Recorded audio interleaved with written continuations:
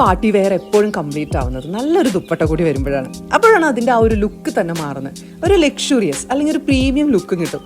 ഞാൻ സ്റ്റൈലിഷിൽ വന്നപ്പോഴാട്ടോ ഇത്രയും ദുപ്പട്ട ഇഷ്ടമുള്ള ഒരാളെ കാണുന്നത്. പ്രിമി ചേച്ചിയുടെ കയ്യിലുള്ള കളക്ഷൻസ് കണ്ടാൽ തന്നെ നമുക്ക് കൊതിയാവും. സ്റ്റൈലിഷിലായാലും ദുപ്പട്ടയ്ക്ക് എത്രത്തോളം ഇമ്പോർട്ടൻസ് കൊടുക്കുന്നുണ്ടെന്ന് ചേച്ചിയുടെ ഓരോ വീഡിയോസ് കാണുമ്പോഴും നമുക്ക് മനസ്സിലാവും. നല്ല എലഗന്റ് ആയിട്ടാണ് ദുപ്പട്ടാസിനെ ഡിഫൈൻ ചെയ്യുന്നതും ആ ഒരു കുർത്തിക്ക് സ്യൂട്ടബിൾ ആക്കുന്നതും.